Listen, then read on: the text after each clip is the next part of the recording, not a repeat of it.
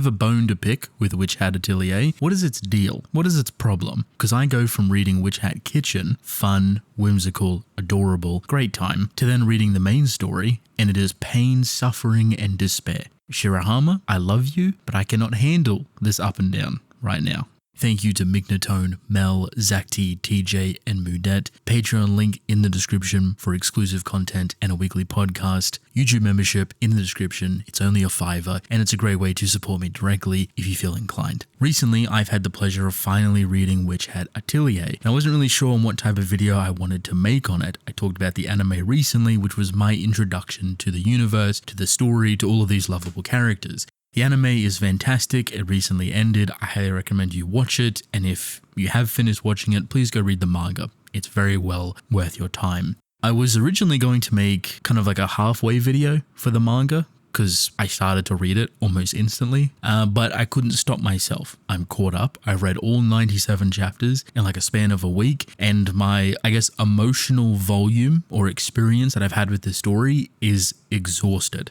I did not expect the roller coaster that I was going on. The past 10 years that this story has been out has just hit me within a week like a ton of bricks. There's so much sadness, beauty, complexity, just so much incredible work gone into this world, to these characters, to the idea and its presentation. The artwork is magnificent. Like, everything about this story is fantastic. And I truly, truly believe the title of my anime, like my problem with Witch Hat Atelier, is incredibly accurate, because for the past 10 years, I have not been reading this story. I have not known about this story, and it eats away at me. I could have been reading this monthly. Silly me. That is entirely, fully on me. I didn't know what I want this video to be, so I thought it would be best for me just to ramble about what I loved about my experience reading it, and that is exactly what I plan to do.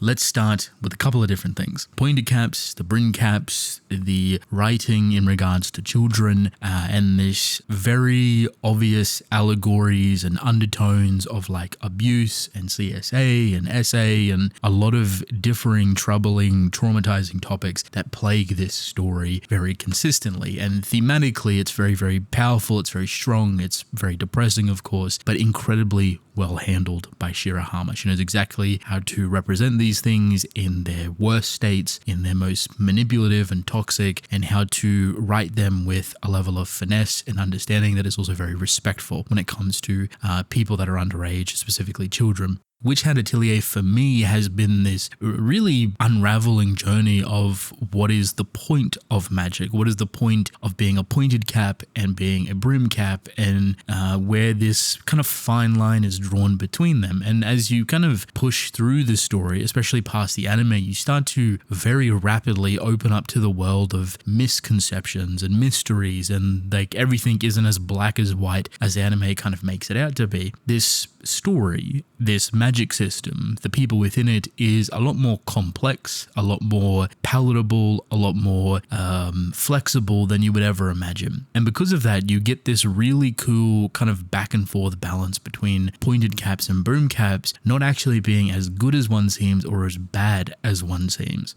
And for me, it felt like it really focused its attention down to magic and just people in general, that the people that will utilize magic, that depending on the type of people and their environment and what they go through, perhaps kind of determine what type of magic they want to bring out into the world. But see, the pointed caps have all of these rules and restrictions that are incredibly, incredibly harsh. And it's painted in this really respectful, really glorified, really clandestine type of way. Like, you have to follow these rules, and if you don't, the consequences are really, really dire. But we are on the right side. Not exactly true. But then you look at the brim caps, the alternative, and they're like, oh, we have the freedom of magic. We're allowed to do anything and everything that is possible. And you're like, okay, that seems a lot more appealing. But then you also remember that the brim caps, or at least a big part of them, are also very horrible individuals. They're basically the villains of the story because of all of the horrendous and horrible things that they do within the freedom of magic. Pointed caps, not as good as they seem. Brim caps, also not as bad as they seem, but also not as good as they seem. They're both very, very horrible sides of the same coin. And for me, it felt like it really focused on the intention of the people, what they go through, their experiences, and how magic can kind of transcend the, the indicators of pointed cap and brim cap and these like different ideologies and philosophies that surround them to be just who you want to be. Both sides naturally present really interesting conversations that I enjoy. The one that I find the most jarring is the kind of globalized idealization of the pointed caps being this kind of perfect way that magic should be utilized with all of these rules. But then the first glaring issue you're confronted with is memory wipe, right? Quite literally erasing someone's autonomy because potentially by accident or by connection or by someone else's fault, whatever, you are now losing your memory of either the day, the event, or even your entire history or being. That is an incredibly drastic measure to take to keep the rules cemented around a certain type of magical system. Now, the rules are kind of thought to be in place to protect magic and to protect people and to do this and to do that, right? But they're also in the levels of the extreme. Because there is some points of people getting their memories erased where they will send them to a completely different island, a place where people that also frolic with their memories lost can kind of go about their everyday life. That is a horrifying loss of autonomy and quite literally erasure of human beings and just kind of go upon your day, thrusted to the side. Now you might think, well, maybe it's justified because they broke the rules dabbling in really horrifying magic, and that can be a possibility. But what if you were using forbidden magic to help someone? What if you were bending the rules just a little bit, nothing in the extraordinary or nothing in the realm of war or destruction or torture or anything, but genuinely just trying to help, to make people's lives easier? Then you get into a weird conversation of, well, the rules aren't actually there to protect the people. They're just to protect the magic system itself and the people that potentially want to abuse that system, like the Knights Moralis and this kind of warped ideology that they can actually have. Now, what I like about this is that the brim caps are genuinely unknown. You don't know a lot about the brim caps, and it kind of has this massive collection of people that are most likely going to be very different from one another. Some more evil than others, some potentially more acceptable, quote unquote. They're not all going to be these horrendous war criminals, right? But Shirahama has yet to really play on those individuals much. Even up to the recent stuff, there's not a whole lot of exploration for the brim caps, but it's just starting. And I think she's played that extremely well. Going into the children aspect of this story is a very, very powerful motif that Shirahama loves to play into. Obviously, her main cast, Coco, Agot, Riche, Tetia, Tata, Kustas, really, there's a couple others that I probably can't remember. Like, these are all very powerful children that are all very fresh and new to the world of magic. And their understanding of the world is slowly being conformed, maybe not even slowly, but rapidly being conformed and kind of restricted by the ideology of the pointed caps. Do this, don't do that, never think about doing this, and if you do, the consequences will be dire. Your memory will be erased, your autonomy will be taken away from you, don't do it, right? But then you see these kind of points with Coco and even Agot, Riche, especially Kustas and Tata, like where they kind of reflect more of the brimcap ideology of like this freedom of magic and the flexibility of it, and that it's not really down to the magic itself, but the people and purpose of it being used for good. Now, of course, that can spiral into, war and destruction and torture. But again, these are children. They're being shaped by the ideologies that are presented in front of them and by the world in front of them. There is no reason for Coco to turn around and start torturing people or to start waging war, because that's not who she is or not what she's represented by. And that's not the rules protecting her by the pointed caps either. So I find it funny when it's compared, because there's this drastic overtone of what the pointed caps will do and what the brim caps represent. And it's just like, they're children, they're learning, they're growing. They will be whatever witches they want to be and utilize magic however they want it to be. And it's not because of the rules, it's because of how they're raised.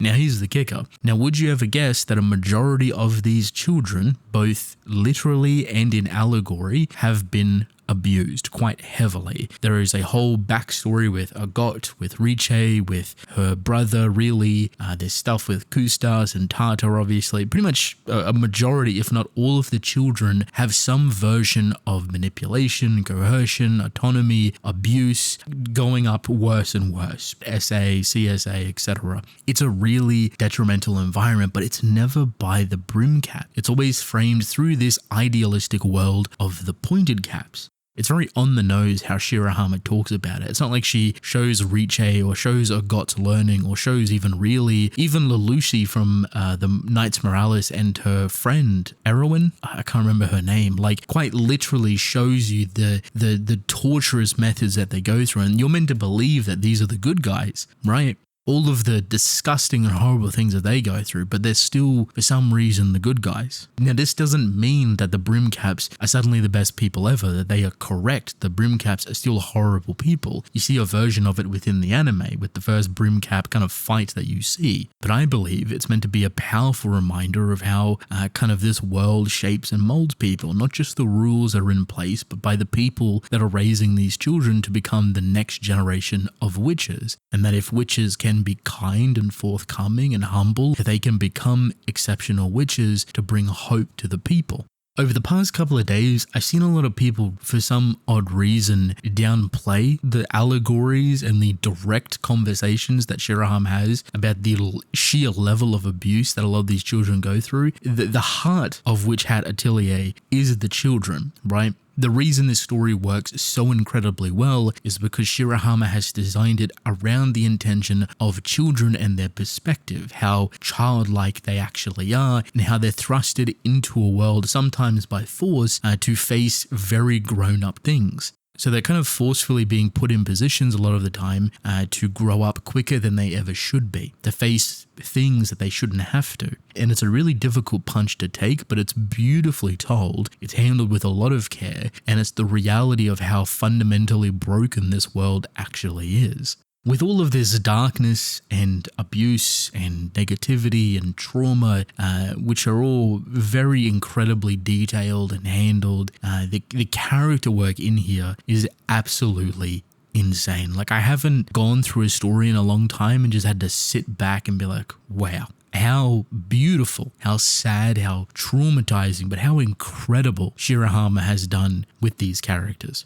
Queefree and Ollie. The story of these two, genuinely insane. Like, I didn't know where she wanted to take the story, especially with kind of the first big revelation for their characters and their relationship around like the 30-40 chapter mark, right? It's not long past the anime. And that changes everything. You're like, oh my god, like it changes your entire perspective on Queefree, it changes your perspective on Ollie and their relationship. And moving forward, you kind of feel very uncomfortable around Queefree because you just don't really know what he is or what he's thinking. When you get to the more recent stuff, especially with the very, very powerful flashback between Queefree and Ollie, it is like night and day. The context, the revelations, the relationship, the genuine love, not only as a friend, but building up into something that is almost incredibly romantic in a way. Like, it is a true twin flame, kind of soulful love that they both have for each other. Like, it is ridiculous how much effort Shirahama has put into representing both of these characters in this really traumatizing love romance type of way. Like, it is the saddest love story in this whole thing.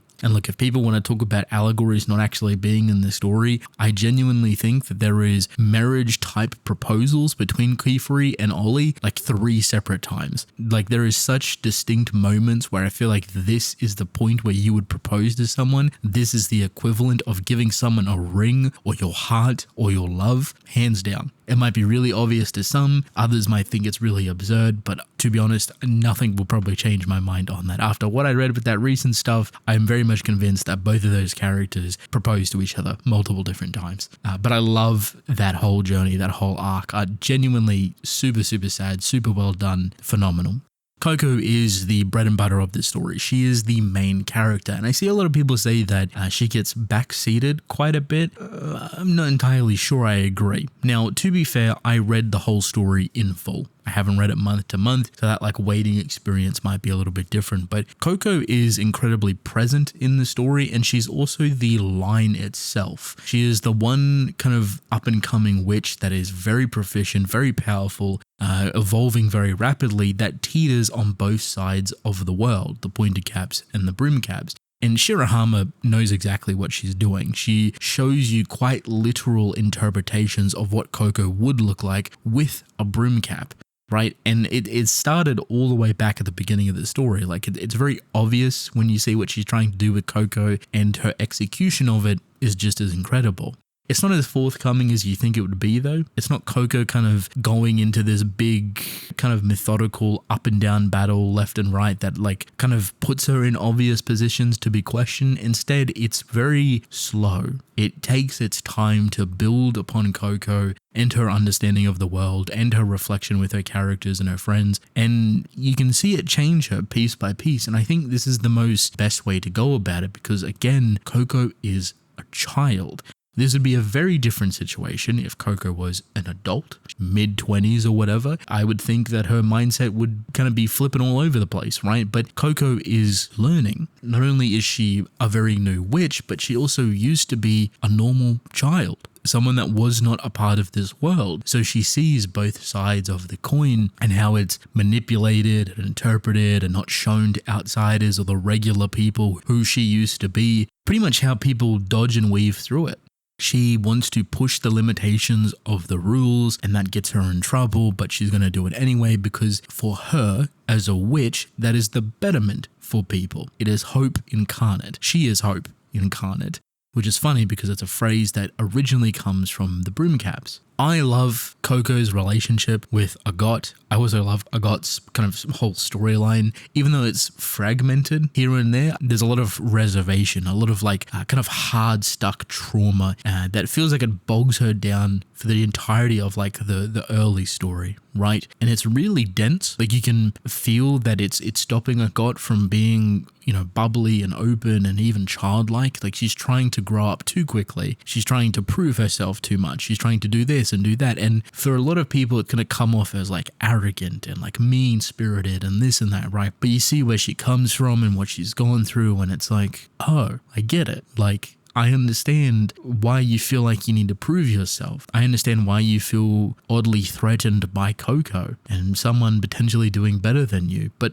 funny enough, the thing that she needed the most was Coco. Someone that is her equal, but someone that allows her to kind of be herself. Coco grows on Agot quite often, and it kind of unravels a lot of that dense reservation that's like lingering around her, and very slowly you see Agot starting to spread her wings. It's primed because of Coco, but Agot also kind of takes that empowerment from her and reflects inward, which I find really, really beautiful, because there was a very easy out here that Shirahama could have done to just make Coco be kind of like the savior for Agot, and that everything that Agot has gone through and all the difficulties that she faced is now just alleviated because of a friend or a lover or someone that she has a crush on very clearly. No, it's none of that. Shirahama instead kind of takes the alleviation of Coco and makes it so Agot is the one in control of her own autonomy and her own decisions to kind of use that as a point of reflection, a point of growth, and her wings start to spread. It's really inspiring, honestly, and I'm glad that it's gone through Coco specifically. Of course, it does help with Witch Hat and Atelier as well, but Coco being like the main infrastructure because of their rocky relationship to where we are now in the current story, where they're pretty much kind of got a crush on each other, which is very cute. Coco and Agot like this perfect duality between them as well. To save time, because I can sit here and kind of spew about the rest of the cast, Tetia, it doesn't get all too much attention. She kind of has like an arc with a prince that's kind of there, but it kind of gets backseat a little bit. Witch Hat has stuff more so early on, and then she has a little bit later on. Both obviously well handled, but not a whole too lot. It's kind of difficult to juggle a lot of characters, especially when you have someone like Quifri and Orugio, and then you're kind of focusing on the Knights Morales as well. There's so many characters characters in the story to juggle within a monthly that it's difficult for everyone to get their time. So it's not a huge loss for Tetia and Riche. You get the important stuff with Riche through her brother Really. It's kind of emphasized a lot more and is pretty important. Tetia is probably the most backseated character, unfortunately, but it is okay because her presence is very uplifting, it's very admirable, and she brings that openness, fluffiness to the story as well. So as a group, collectively, they're all amazing. I all love them. I really enjoy the kind of duality between Coco and Queefrey. I think the combativeness between them is really fun and energetic. And honestly, just finding out about Queefrey's journey, how he explains it to Coco, the mystery of it, where it could actually go, is really sad, but also really scary, but also oddly comforting. That Queefrey has enough trust in himself, but he also has enough trust in his students to tell them, or at least Coco. I think that's a really big stepping stone for him as a person.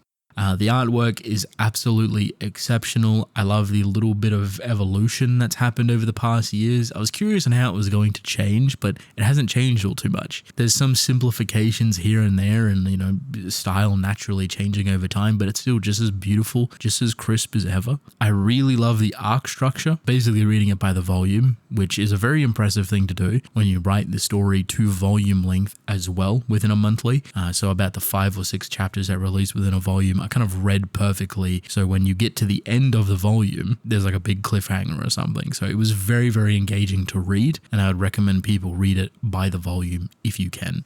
I think it has way more to show in world building, way more to show in the brim caps, way more to show in like the darkness and the war of the story. There's so much here that has been left purposefully for what I think is the next evolution or the next step in that storytelling experience. I love this story. I think it's fantastic. I am very grateful that I decided to read it. I'm very grateful that I watched it with friends. I would highly recommend you read it. If for whatever reason you've made it this far and you've not read the manga, please do. If you're a manga reader that hasn't watched the anime, give that a watch. Watch it in English as well. I think it's fantastic. I actually really love the accents that they've done for the dub for a lot of the characters. So I'm very excited to kind of be a part of this community. I would love to talk about more Witch Hat stuff if that is what people would like to hear. Obviously in more condensed versions, not just me rambling about like my experience with the story. And I have a lot of ideas for it. So let me know if you'd like to see it. Thank you for watching. I hope you enjoyed. Leave a like and subscribe. Big love to my Patreon and YouTube member supporters. I appreciate you immensely, and I'll see you all later. Mwah.